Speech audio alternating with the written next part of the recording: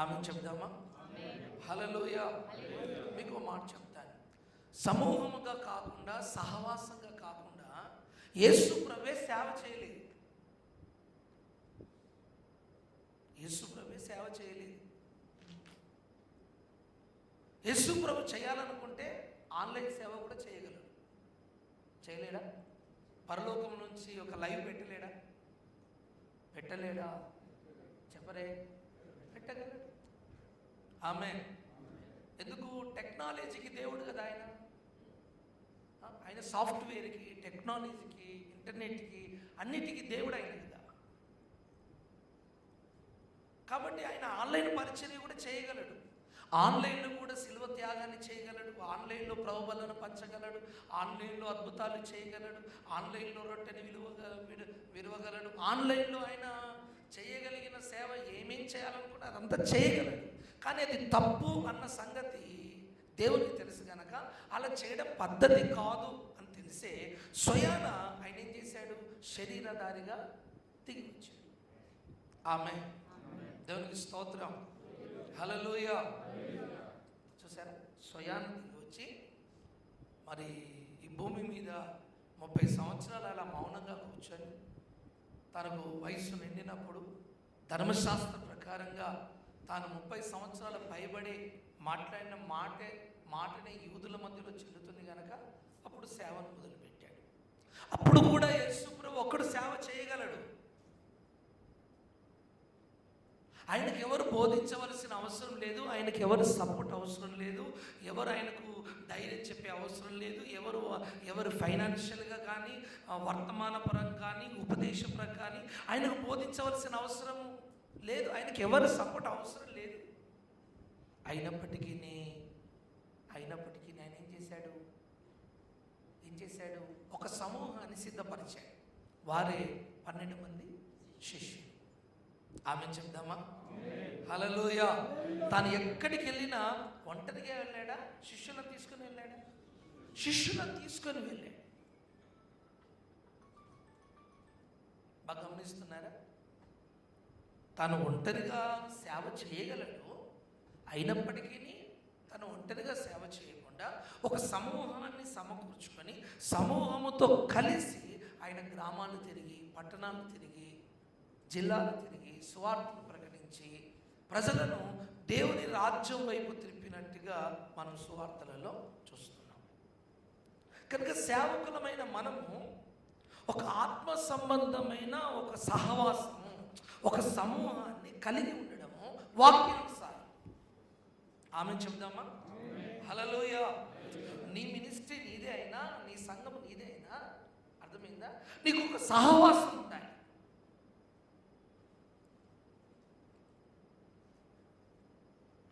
ఆ సహవాస సంబంధమైన సేవలో ఉంటూ, సహవాసంలో ఉంటూ నీ పరిచర్యను కొనసాగించాలి.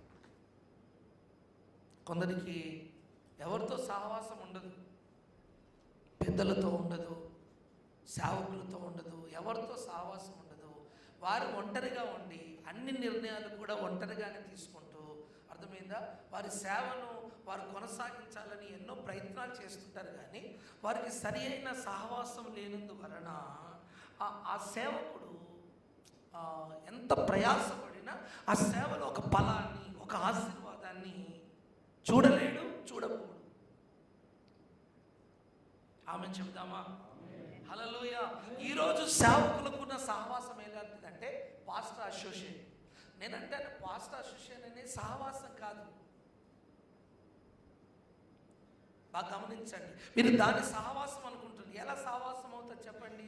సంవత్సరానికి ఒక ప్రెసిడెంట్ మారుతాడు, సంవత్సరానికి ఒక సెక్రటరీ మారుతాడు, సంవత్సరానికి ఒక ట్రెజరర్ మారుతాడు. అక్కడ ప్రెసిడెంట్ మారిపోతున్నాడు, సెక్రటరీ మారిపోతున్నాడు, క్యాషియర్ మారిపోతున్నాడు, సలహాలు ఇచ్చేవారు మారిపోతున్నారు. మారిపోతున్న వారితో నువ్వు ఎలా సహవాసం చేయగలవు? మనం ఎలా సహవాసం చేయాలో వాక్యం చెప్తుంది. వీరు అపోస్తుల బోధయందును, అపోస్తుల సహవాసమందును. అంటే అపోస్తుల యొక్క ఉపదేశ సత్యములో ఎవరైతే పరిచర్య చేస్తుంటారో ఆ పరిచర్య చేస్తున్న సేవకులతో నువ్వేం కలిగి ఉండాలి? ఒక సహవాసం కలిగి ఉండాలి. ఆమె చెప్దామా? హల్లెలూయా. నువ్వు ఒంటరిగా ఉన్నావు అనుకో, సహవాసం లేకుండా, నిన్ను ఈజీగా సైతాన్ ఏం చేస్తాడు? బోల్త కొట్టేస్తాడు, పడగొట్టేస్తాడు. నీ దర్శనాన్ని, నీ సేవను ఎక్కడో ఒక దగ్గర ఫెయిల్యూర్ చేసేస్తాడు, పతనం తీసేస్తాడు. నువ్వు సహవాసంలో ఉన్నావు అనుకో, ఆ సహవాసంలో ఉన్న సేవకుని వాడు దెబ్బ కొట్టలేడు. ఎందుకు?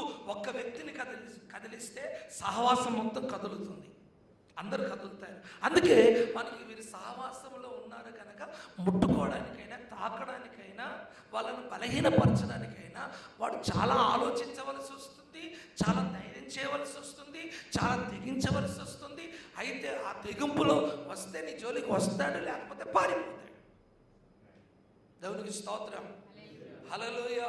కనుక ఇక్కడ సేవకులు ఒంటరిగా ఉన్న వాళ్ళు కాదు, వీళ్ళు ఒక సహవాసాన్ని కలిగి ఉన్నవారు. ఈరోజు నీకు దర్శనం ఉంది, నీకు పిలుపు ఉంది, నీకు భారం ఉంది, కానీ సహవాసం ఉందా? ఆలోచించు. నీకు దర్శనం లేదని చెప్పడం లేదు, నీకు దర్శనం ఉంది. నీకు పిలుపు లేదని చెప్పడం, నీకు పిలుపు ఉంది. నీకు భారం ఉంది, దేవుని రాజ్యం కట్టాలి, రాకడకు గుంపు జనాంగాన్ని సిద్ధపరచాలి, ఆశ ఉంది, ఆకలి ఉంది. కానీ ఈరోజు చాలామంది సేవకులకు ఏంటంటే భారము, దర్శనము, పిలుపు, అభిషేకం ఉన్న ప్రారంభ సూత్రాలు తెలియదు. ప్రారంభ పునాదులు లేకుండా గోడలు కట్టేవారు చాలామంది ఈరోజు విస్తారంగా సేవకులు సిద్ధపడిపోయారు, కానీ పునాదులు లేవు.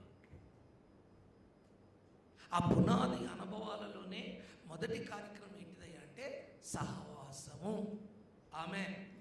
దేవుడు సేవను ప్రారంభించడానికంటే ముందుగా శిష్యుల యొక్క సమూహాన్ని ఏర్పాటు చేసుకున్నాడు.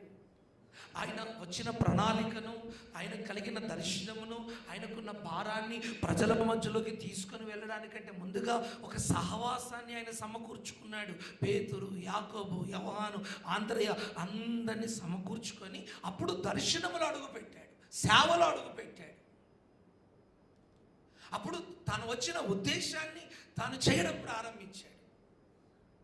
అంటే ఒక సేవకుడు ప్రారంభం నుంచి చేయవలసిన కార్యక్రమాలు కరెక్ట్గా స్టెప్ బై స్టెప్ చేసుకుండా వెళ్ళకపోతే నీ పని జరగదు. నీ దర్శనము, నీ యొక్క పిలుపు, నీ భారం ఏమాత్రం కూడా పని చేయదు. ఆమె చెబుదామా? ఆ సహవాసం ఎలాంటి వారిని కలిగి ఉండాలి? ఒక దైవ దర్శనం కలిగిన వారు, ఒక అభిషేకం కలిగిన వారు, ఒక సత్యమును కలిగిన వారు, ఒక ఉపదేశం కలిగిన వారితో నువ్వేం చేయాలి? ఒక సహవాసము కలిగి ఉండడానికి ప్రభు సహాయం చెయ్యునుగాక. ఆమేన్ చెప్దామా? హల్లెలూయా. అంతేకాదండి, సహవాసం కలిగిన వారే కాకుండా వీరు ఒక నాయకత్వాన్ని కూడా కలిగి ఉన్నారు. 100 మంది ఉన్నారా, 200 మంది ఉన్నారా, మనకు సంఖ్యతో సంబంధం లేదండి. ఈ సమూహము ఏం కలిగి ఉన్నారు?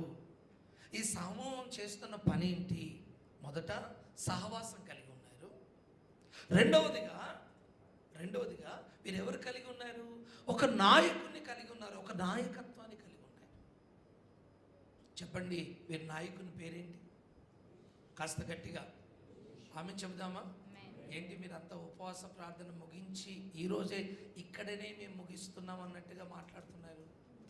అయితే బైబిల్ తెలిసైనా ఉండాలి, తెలవకైనా ఉండాలి. మీరందరూ పాస్టర్లు కదా, మీకు అందరికీ బైబిల్ తెలుసు కాబట్టి మీరు మాట్లాడాలి. ఆమేన్. దేవునికి స్తోత్రం. చెప్పండి, వీరికి ఎవరున్నారండి? ఒక నాయకుడు ఉన్నాడు. ఎవరు? ఆయన పేరేంటి? క్రైస్తవ సేవ అంతట్లో మొదటి అర్హత ఏం తెలుసా?